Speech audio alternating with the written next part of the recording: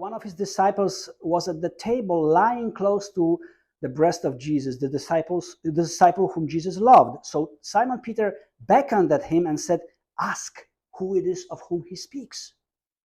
Then he who was lying so close to the breast of Jesus asked him, "Lord, who is it?" And Jesus answered, "It is he to whom I shall give the morsel when I have dipped it." And he dipped the morsel, piece of bread, and gave it to Judas, the son of Simon Iscariot. And after he had taken the morsel, the power of Satan entered into him.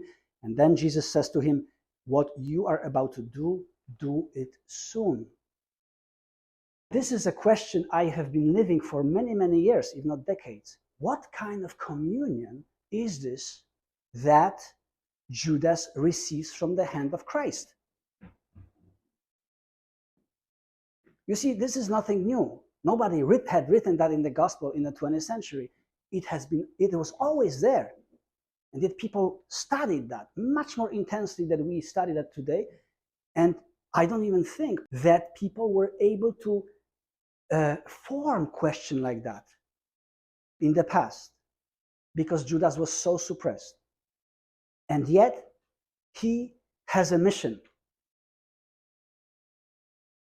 Chapter 13, we're dwelling on it for a moment, has another interesting moment in it.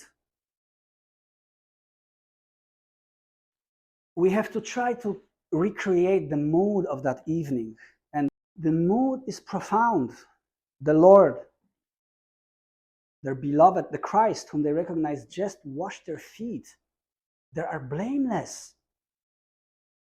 This is before this communion given to Judas is being given. He is washed.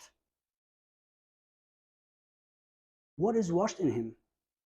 Is his karma washed? Is his deed washed?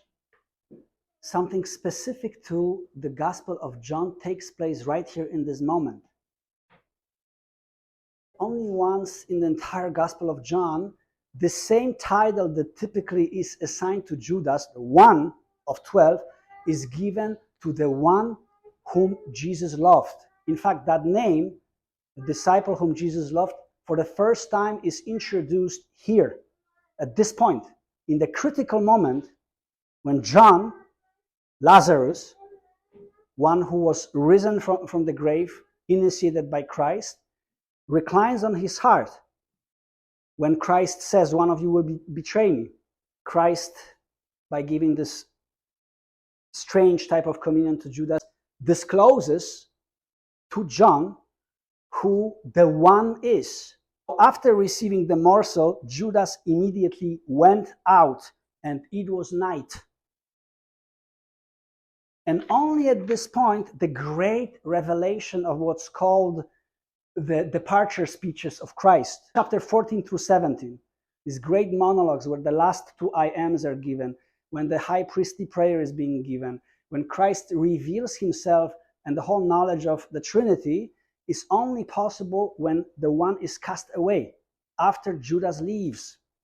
A brilliant compositional element and the mystery of the Gospel of John, a process, kind of a casting out of this scapegoat, replaced by the one who actually is guiltless.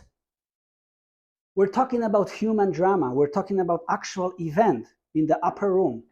But we're at the same time also talking about spiritual, eternal, everlasting processes that are kind of projected from the spiritual world on the situation of the 12 around Christ. But one can even say all this actually is taking place in the soul of the human being.